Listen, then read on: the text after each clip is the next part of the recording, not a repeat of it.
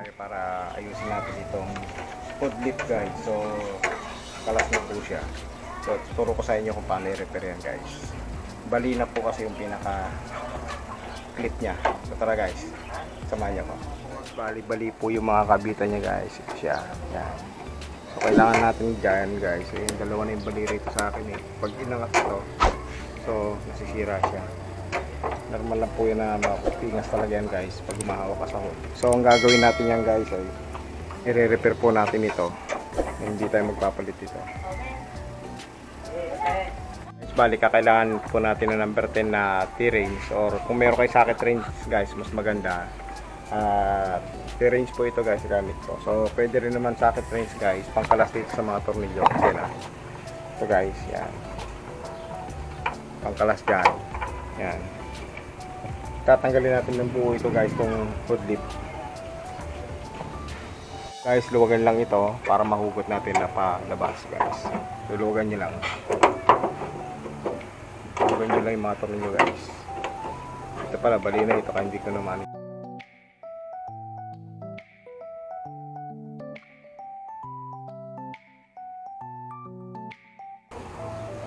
So, buo tayo guys.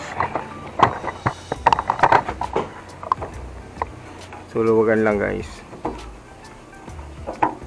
para mahugot natin yan.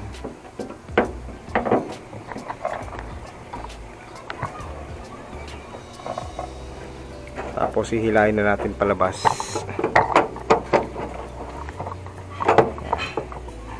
Hindi nyo na kailangan tanggalin yan guys ng buo yung tornilyo.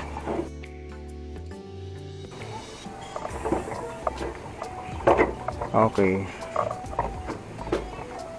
So yan, so tanggalan natin siya guys. So hugutin lang ito.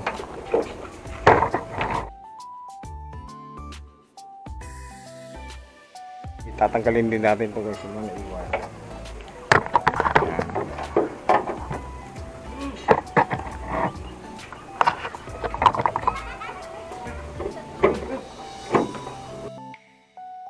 So yun guys, tanggalin lang po natin yung mga tornilyo na naiwan. So yun guys, ito yung mga naiwan guys na tornilyo. Guys, pag hindi nyo ito matanggal, so gamitin nyo po ng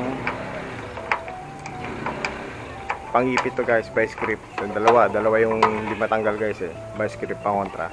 Okay guys, bali kontrahin nyo lang ng vice grip yung kabila para matanggal yun. So yun guys, bali DIY po yung mga ginagawa natin. So madali lang pong gawin po yan, basta may magamit din po kayo at para makatipid din po tayo. Guys, bali natanggal na po natin yan. So nakita nyo guys, tanggal natin pinaka hood lip nya. So i-repair na po natin yan guys. Okay.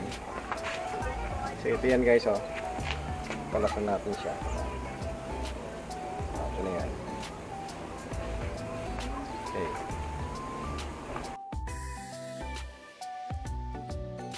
So yun guys, kailangan natin ilinisin po yung portion na lalagyan natin ng pandikit guys. Yan.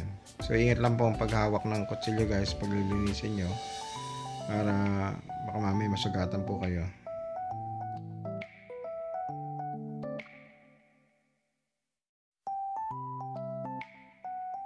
So yan guys, bali lihain din po yung mga portion na madudumi para palitawin nyo po yung pinaka-plastic nya para mas madali pong kumapit yung ilalagay natin pandikit guys. So yun guys, pagkatapos linisin, iset up na rin po yung nabali na parts nya at lalagyan natin pandikit. So yun guys, bali lalagyan na po natin yan, titibayan na po natin. Ito lang po ang kailangan dyan guys, bali bulak lang po ang gagawin nating pampatibay dyan, at sasamahan po natin ng may tiban guys. Yan po. So yan ang kailangan lang natin ay pandidikit yan guys para tumibay po siya at para hindi na matanggal yan guys yung clip. So yan guys, buksan lang po yung may tiban, i-prepare na po. Tapos pagka-prepare po, patakan na lang itong portion na yan, ikakabitan natin, yung lalagyan natin para dumikit siya ng bagya guys.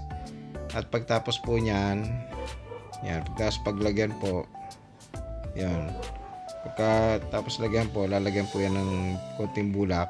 Yan. At bago lagyan uli ng mighty band guys. So ganyan po. Yung proseso po na yan guys, para tayo nagpa-fiberglass din. Bali yung pagkaiba nga lang guys, sa fiberglass, yan ay bulak ang ginamit natin instead na fiber. At mighty band, yun po ang ginamit natin guys. So applyan din po yung kabilang side guys. Yan.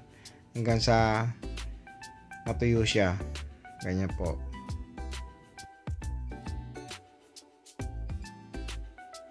So yun guys, pagtapos natin magawa yung sa kabilang side guys, yung sa gitna, bandang gitna. So dito naman tayo sa pinakadulo guys, kasi tanggal din po ito. So same procedure din po guys, kung anong ginawa sa una, yun din po yung gagawin sa pandulo.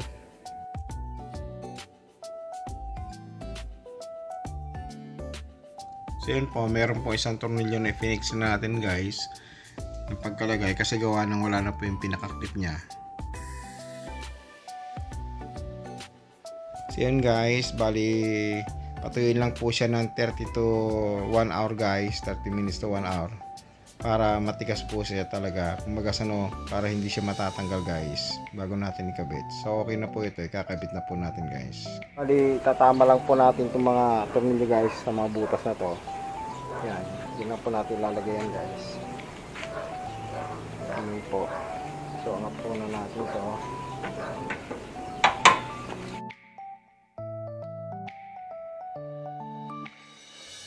So yun guys, bali kakapit na po natin, babalik na po natin itong hood lip guys na kinalas natin. So isisentro lang po natin yung mga tornilyo guys dun sa pinaka butas na paglalagyan ng hood lip.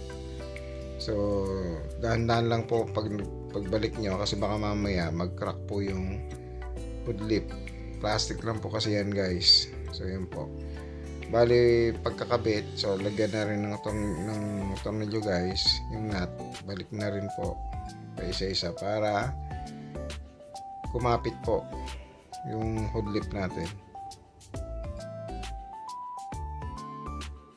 So yan guys, pagkatapos pa ibalik yung mga tornilyo, baligpitan na rin po guys ng socket ring, so tirik.